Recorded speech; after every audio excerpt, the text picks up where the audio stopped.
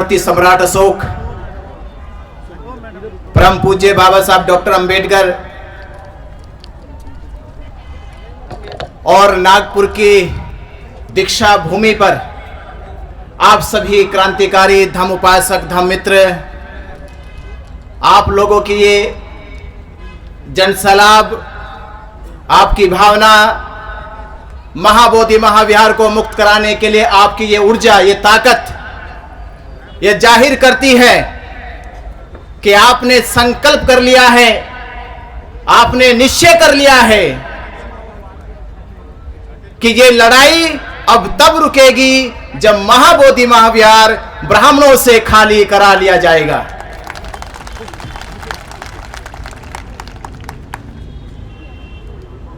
मैं बाबा साहब डॉक्टर अंबेडकर जी के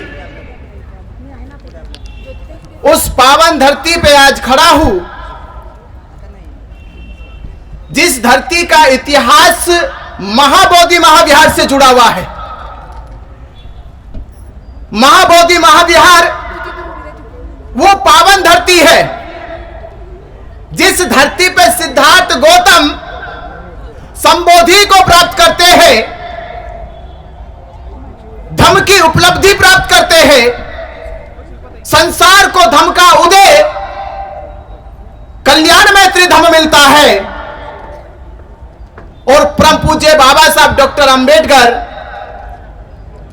ये नागपुर की वो पावन धरती जिस धरती पे खड़े होकर बाबा साहब डॉक्टर अंबेडकर 14 अक्टूबर 1956 में ये कहते हैं कि जो धम्म तथागत बुद्ध ने बोध गया में प्राप्त किया था, मैं आज इस धरती पे उस धम्म की शरण में जा रहा हूं।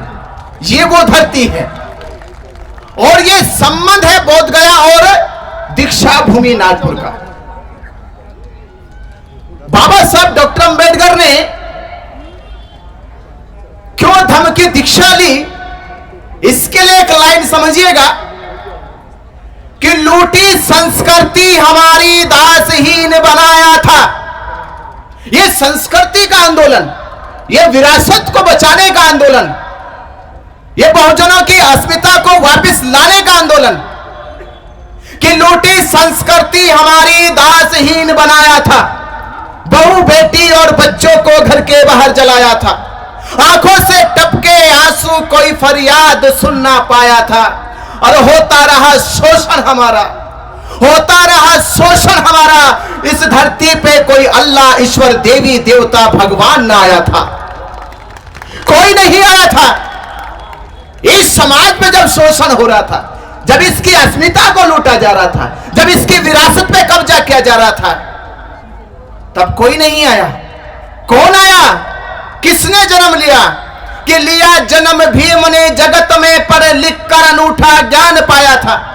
लिया जन्म भीम ने पढ़ लिख कर अनूठा ज्ञान पाया था और तोड़ मनवादी जंजीरों को इस देश के शोषित पीड़ित समाज को आजाद कराया था। क्यों आजाद कराया था? इसलिए आजाद कराया था कि आप जब आजाद हो जाओगे, मुक्त हो जाओगे, जब आप ये जान जाओगे कि अब मेरा गौरव, मेरा स्वाभिमान जग गया है, तो अपने स्वाभिमान जगे हुए जीवन में अपनी खोई हुई विरासत को वापस लाने के लिए, ये खोई हुई विरासत लाने के लिए, ये समाज का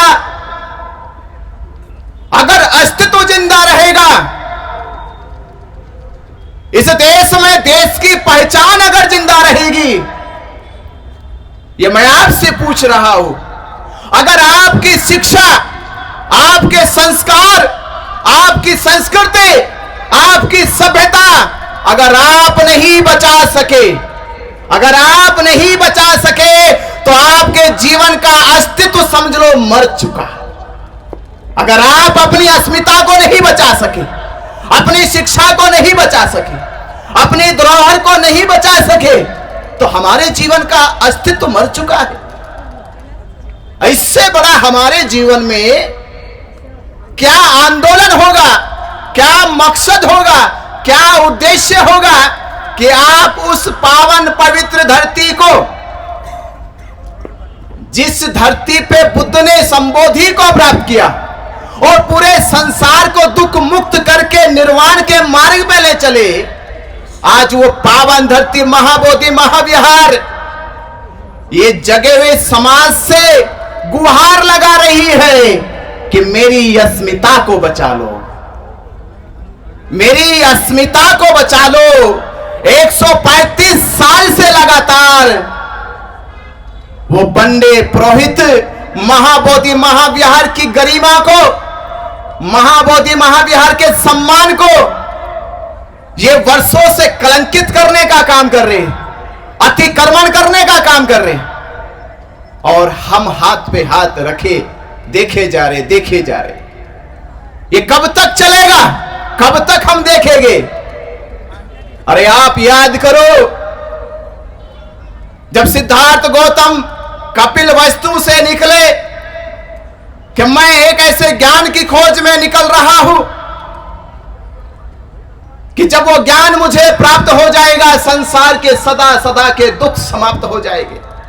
और जब सिद्धार्थ गौतम बुद्ध बने और 7 वर्षों के बाद कपिल वस्तु पहुंचे, तो कपिल वस्तु के लोगों ने सर झुकाकर पुष्पों की बौछार करी, पुष्प बिछाए गए और ये कहा गया कपिल वस्तुओं के सभी लोगों से कि आज सिद्धार्थ नहीं आ रहा है, आज सिद्धार्थ के बदले बुद्ध चले आ रहे हैं, क्योंकि जिस मकसद से गए थे वो मकसद पूरा हो गया है। तथागत बुद्ध ने यह रहस्य जान लिया है कि संसार में दुख है, दुख का कारण है, दुख कारण का निवारण है, और उस निवारण का ये मार्ग है। ये मार्ग को जानकर आए हैं, ये मार्ग हमारे जीवन के निर्वाण का मार्ग है। तो आप जब लोग जाओगे महाबोधि महाविहार बचाओगे, तो आने वाली पीढ़ी, आने वाले आपके नस्ल के लोग कहेंगे ये वही लोग हैं, ये वही लोग हैं जो 12 फरवरी में 2025 में महाबोधि महाविहार को बचाने के लिए जो आंदोलन चलाया गया था, जो आंदोलन 135 साल से दुनिया का सबसे बड़ा आंदोलन, उस आंदोलन में इन सब लोगों की सहभागिता थी। ये वो हमारे वीर महापुरुष हैं जिन्होंने महाबोधि महाविहार को बचाया है। वो फक्र करेंगे, वो अपने ऊपर ये गौरव करेंगे कि आप उनके पूर्वज हैं, आप उनके महापुरुष हैं। तो ये लड़ाई जीतने के लिए कैसे जीती जाएगी? हमसे किसी ने कहा कि आप तो बौद्ध भिक्षु हैं, आप तो घरे त्याग करके सन्यासी बने, भिक्षु बने, तो आप ये मांग क्यों कर रहे हो? क्यों महाबोधि महाविहार मांग रहे हो? मैंने क्या, किस मूर्ख ने कहा तुमसे? ये किस मूर्ख ने कहा कि हम महाबोधि महाविहार मांग रहे?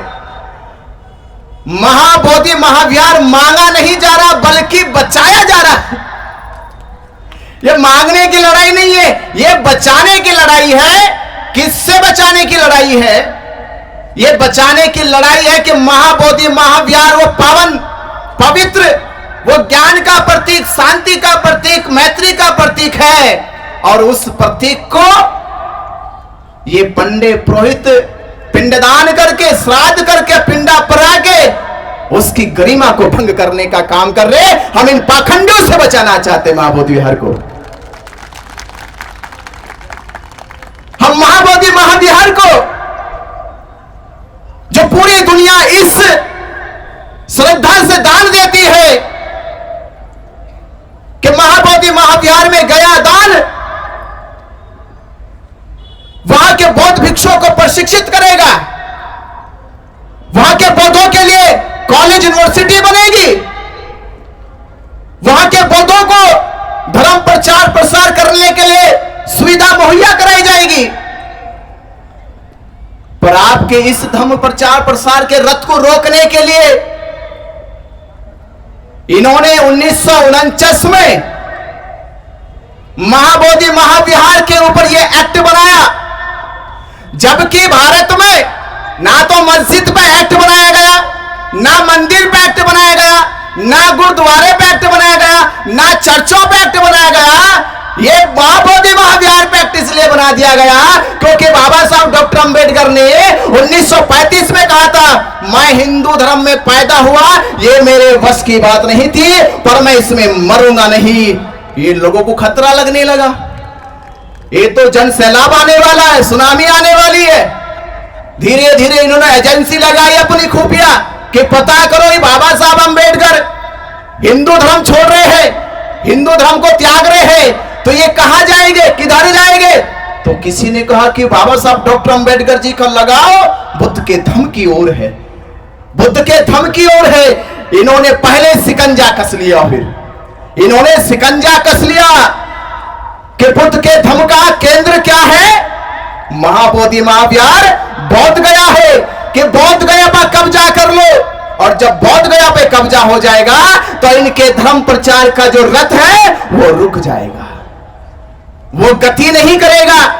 भारत में बौद्ध धर्म का प्रचार प्रसार ज्यादा तेज नहीं होगा, और यही कारण है मक्का मदीने पे मुसलमानों के मौलवियों का प्रबंधन है। वो जो चाहते हैं वो नियम सर्कुलेट करते हैं, पूरे संसार में वही नियम चलता है। यरूशलेम वेटिकन सिटी के चर्च में जो नियम बनाते हैं ईसाई लोग, पादरी लोग, पोप लोग, वही पूरी दुनिया में चलता है। हिंदू लोग भी अपना नियम बनाते हैं, अपने कानून बनाते हैं, पर बौद्धों के पास अपना धर्म स्थल नहीं है। वो क्या नियम बनाएगा, क्या नियम सर्कुलेट करेगा, क्या बौद्धों के प्रचार के लिए वो बैठ के संगोष्ठी करेगा? और ये नहीं हुआ तो लोगों का विश्वास टूटने लगा। लोग कहने लगे, जैसे अभी अभी हमने मंचों से सुना और देश में जगह जगह कहा जा रहा है बौद्ध तो अल्पसंख्यक है, और हम मूर्ख लोग समझ भी गए हम अल्पसंख्यक है। हमें कहा गया बौद्ध अल्पसंख्यक है, जैन अल्पसंख्यक है, सिख अल्पसंख्यक है, और हम लोगों ने मान भी लिया कि हम अल्पसंख्यक है। आप मुझे बताओ, जो अल्पसंख्यक है आज तक उसे किसी ने अल्पसंख्यक नहीं कहा। जो अल्पसंख्यक है देश में उसे किसी ने अल्पसंख्यक नहीं कहा। बौद्ध इस देश का बहुसंख्यक है, जिसकी पहचान मैं बता रहा हूं। हमारे राष्ट्र ध्वज में जो अशोक चक्र है वो किनका है? वो बौद्ध धर्म का है। जो भारत रत्न दिया जाता है पीपल के पत्ते पे, वो किनका प्रतीक है? बौद्धों का प्रतीक है। जो अशोक लाट है वो किनका प्रतीक है? बौद्धों का। जो पक्षी है, राष्ट्रीय पक्षी मोर है, वो किनका प्रतीक है? बौद्धों का, मौर्य साम्राज्य का। भारत की जो आइडेंटिटी है, भारत की जो पहचान है, और प्रधानमंत्री और कुंभ मेले में योगी आदित्यनाथ कह रहे कि जब तक बुद्ध रहेंगे तब तक भारत रहेगा। इसका मतलब यह है बुद्ध होना भारत है और भारत होना बुद्ध है। पूरा भारत बौद्धों की पहचान है, और हम बौद्धों को समझा दिया आप अल्पसंख्यक हैं। अरे भारत ही बौद्धों की पहचान है, इसका मतलब यह है कि भारत में रहने वाला हर व्यक्ति बौद्ध है, क्योंकि भारत की पहचान बौद्ध है। तो भारत में रहने वाला हर एक व्यक्ति बौद्ध है। तो इस भारत का या इस दुनिया में अगर कोई बहुसंख्यक है तो वो बौद्ध है। और इस देश में जो अल्पसंख्यक है वो कौन है? अल्पसंख्यक कौन है? ये भारत जान नहीं पाया हमारा। इस देश में अल्पसंख्यक कौन है? बोलो। शास्त्रों के आधार पे उनके वर्णों में लिखा ब्राह्मण, क्षत्रिय, वैश्य, शूद्र। तो उन चारों वर्णों में सबसे कम संख्या किनकी? तो अल्पसंख्यक कौन हुआ? जो हिंदू धर्म का वो ढोल पीटते घूमते हैं, तो हिंदू धर्म की जितनी जातियां हैं उन जातियों में सबसे कम संख्या किनकी? तो अल्पसंख्यक कौन हुआ? पर देश उसे आज तक अल्पसंख्यक नहीं कर, क्योंकि उसने अपने आप को बचा लिया, सेफ जोन में लेकर चला गया। क्योंकि अगर भारत के लोग जान गए कि ब्राह्मण अल्पसंख्यक है, तो फिर राम मंदिर में जो हिंदुओं के नाम पर उन्होंने कब्जा करा, हिंदुओं के नाम पे राम मंदिर में कब्जा करा और राम मंदिर का पुजारी कौन बन गया? ब्राह्मण बन गया। चंदे का पैसा ब्राह्मण खाएगा। और ये बीटीएमसी एक्ट भी, बीटीएमसी एक्ट में 4 हिंदुओं के तो जिक्र करा, पर हिंदू कौन? हिंदू कौन? हिंदू ब्राह्मण। इसका मतलब ब्राह्मण बड़ा चालाक आदमी है। वो हिंदुओं को आगे करके अपने अल्पसंख्यक अस्तित्व को बचा लेता है और लगातार ये ऐसे हिंदुओं को जो SC ST OBC है उनका मूर्ख लंबे समय से सदियों से बनाता रहा है और उनके नाम पे मलाई और दान की लुटाई करता रहा है। पर अब ये बौद्ध समाज 1949 का इतिहास कुछ और होगा। 1949 का इतिहास कुछ और होगा। भारत में बौद्ध गुमनाम होगा। इतिहास बदल गया है और आज का बौद्ध समाज जग गया है। आज का बौद्ध समाज जग गया है। विरासत उसकी है जो छीन के दफनाई गई है। अब ये बौद्ध समाज उस दफनाई गई विरासत को हाथों से नहीं, बातों से नहीं, ये सीने से भी छीन कर आपके ले लेगा। ये आपके सीने से भी आपके सामने से लेकर आएगा। आपने एक इतिहास सुना होगा कि एक बार एक जंग के लिए एक राजा को एक ऐसी फौज से लड़ना था जिस फौज का उस दुनिया में इतिहास लिखा गया कि उसने कभी हार नहीं मानी। तो एक राजा ने उनकी सेना से लड़ने का अपनी सेना से वादा करा कि हम उससे लड़ेंगे, उसको हराएंगे, पर अपनी सेना को बताया नहीं, क्योंकि अगर बता दिया तो सेना डर ना जाए, सेनापति डर ना जाए। तो कहा कि हाँ, एक छोटा सा कोई मामूली सा कोई राजा है और वो बहुत अकड़ के चलता है, बड़ा गुमान करता है, अहंकार करता है, उसको हराना है। तो अपनी सेना को ले चल पड़े और ले गए। तो जहां लड़ने का युद्ध भूमि बनाई गई, वो युद्ध भूमि एक नदी पार करके जानी थी।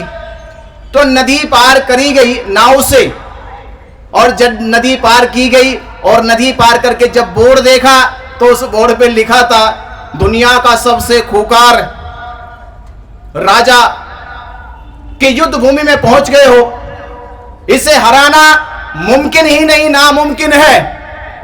इसे हराना मुमकिन नहीं, नामुमकिन है। तो सारी सेना कहने लगी अपने राजा से, राजा हमको मरवाने के लिए यही क्यों लेके आए? हमको मरवाने के लिए कोई और जगह नहीं मिली आपको? राजा ने कहा अगर बचना चाहते तो चलो वापिस।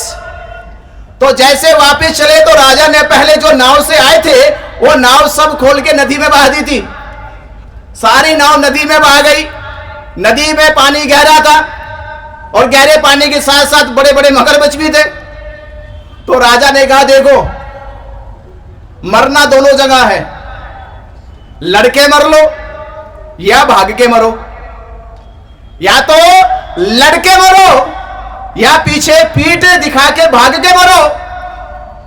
पर जो तुम्हें छोड़ने आए थे इस नदी के किनारे, जो तुम्हें इस नदी के किनारे छोड़ने आए थे, वो तो ये जय जयकार के नारे लगा रहे कि हमारी सेना बहुत बहादुर है, दुनिया के सबसे बड़े खूंखार राजा से लड़ने गई है, वो प्रतीक्षा कर रही है। तो सेना कहती कि राजा क्या करे? तो राजा ने कहा ये अगर लड़के मर गए तो शहीद अमर कहलाओगे, अगर लड़के मर गए शहीद अमर कहलाओगे, और भाग के मगरमच्छों के मुंह में निवाला बन गए तो कायर कहलाओगे। तो मेरा आपसे ये निवेदन है, ये लड़ाई लड़के शहीद होने की है या भाग के कायर बनने की है? तो शहीद होना चाहते हो? शहीद होना चाहते हो? अरे मरना तो एक दिन है ही है, मरना तो एक दिन है ही है। इसलिए कबीर ने कहा कि जन्म हुआ मेरा जग हंसा मैं रोया, जन्म हुआ मेरा जग हंसा मैं रोया, कुछ ऐसी करनी कर चलो, मैं हंसू जग रोए सारा। ऐसा कुछ करो ना, ऐसा कुछ करो कि लोग आपके जाने का एहसास करें। और अभी हम लोग, अभी जब आंदोलन की बात चल रही तो मैं आंदोलन की तीन बातें आपको समझा दूं। हम वो समाज से आते हैं कि जहां डाइवर्जन आंदोलन नहीं चलते, ना डाइवर्ट आंदोलन चलते हैं, ना डिवाइड आंदोलन चलते हैं।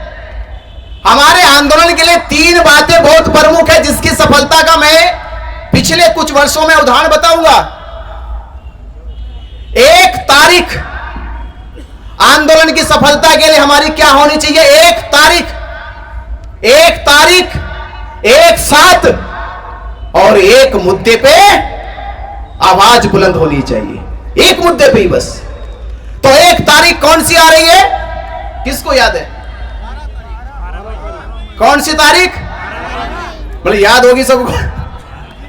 कौन सी तारीख आ रही है? आंदोलन के परिवर्तन की और देश में इतिहास लिखने की तारीख कौन सी आ रही है? 12 मई को 12 लाख बोध, 12 मई को 12 लाख बोध गया में होने चाहिए। ये पूरे देश में आवाज गुंजा दो। एक ही तारीख 12 मई, 12 लाख लोग एक साथ महाबोधि महाविहार को कराएंगे ब्राह्मणों से मुक्त, आजाद। कराओगे ना? कराओगे? एक तारीख की तैयारी करो। आप सोचिए 12 लाख लोग अगर बोध गया पहुंच गए, 12 लाख लोग, जो वहां का डीएम बार बार कह रहा है, वहां का सचिव बार बार कह रहा है, आपकी संख्या कहां है, बौद्धों की संख्या कहां है? तो हमने कहा भाई बौद्धों की संख्या तो यही है भारत में, भारत में बौद्धों की संख्या है। पर हम बौद्ध लोग अपने बाहरी बौद्ध अनुयायियों का भी सम्मान करते हैं। अगर भारत के बौद्ध बोध गया में अभी आकर बैठ गए, तो जो लोग देश दुनिया से बुद्ध धर्म के अनुयायी हैं, महाबोधि महाविहार में दर्शन करने आते हैं, वो लोग कहेंगे कि यहां की व्यवस्था थोड़ी बिगड़ गई है। हम नहीं चाहते कि वो लोग यहां आए और अव्यवस्था देख कर जाए, इसलिए हमने एक ही तारीख चुन ली, 12 मई। 12 मई को 12 लाख लोग आएंगे और फिर हम कहेंगे कि मुख्यमंत्री जी अब पैर रखकर कैसे बाहर निकल पाओगे? 12 लाख लोग आ गए, अब पैर रख के किधर से निकलोगे? गाड़ी जाने का रास्ता बंद, पैदल जाने का रास्ता बंद। अब तो तभी जाओगे, पहले हमारा रास्ता निकालो और ब्राह्मण को बोध गया महाविहार से बाहर निकालो, उसके साथ साथ तब आप पटना की ओर प्रस्थान करना। ये ताकत अगर आपने दिखा दी, और हमें ऐसा लग रहा है इस बार के 12 लाख बौद्ध 145 साल के आंदोलन का अंत करने वाले हैं। ये होने वाला अंत इस बार इसलिए अंत होने वाला है क्योंकि आंदोलन के लिए बोध गया की भूमि बौद्ध भिक्षुओं के लिए इतनी पावन पवित्र धरती है, जिसे हमें बार बार कह रहे कि कोई तारीख बताओ कब तक ये आंदोलन चलेगा। हमने कहा हमारे लिए कोई तारीख ही नहीं है, हम तो आंदोलन करते रहेंगे। और इसलिए करते रहेंगे क्योंकि हम इस जगह पे बैठे, जिस जगह पे सिद्धार्थ गौतम बैठकर बुद्ध हो गए, जिस जगह पर बैठकर सिद्धार्थ गौतम बुद्ध हो गए, हो सकता है हम बैठे बैठे अरहंत हो जाए। हम अरहंत भी तो हो सकते थे। इससे बड़ी पवित्र जगह हमारे लिए क्या होगी, और बौद्धों के लिए, बौद्ध भिक्षुओं के लिए इससे बड़ा आंदोलन क्या होगा। और तथागत ने तो कहा था, हे भिक्षुओं, धम्म का प्रचार प्रसार करने जा रहे हो, जाओगे तो इतने समझदार लोग नहीं है कि तुम्हारी बातों को आसानी से समझ जाएंगे, बड़े मूर्ख लोग हैं। जाओगे तो तुम्हारी ये पहले वेशभूषा को देख के तुम पे चिल्लाएंगे, गाली देंगे, तो गालियों से डरोगे तो नहीं। बोले कि तथागत आपने तो सिखाया है कि समुद्र बन जाओ, जो भी नदी आ जाए उसका अस्तित्व समाप्त कर दो। नदी का अस्तित्व तब तक है जब तक समुद्र के बाहर है, और जैसे वो समुद्र में गिर जाती है वो उसमें गुमनाम हो जाती है। तो हे तथागत, हमें जो भी देगा वो इस काया में, इस मन में समा जाएगा। ना किसी से राग रहेगा, ना किसी से द्वेष रहेगा, ना किसी से बैर रहेगा, ना किसी से नफरत रहेगी। सभी को क्षमा करते करते आगे अपने धर्म के प्रचार में बढ़ेंगे।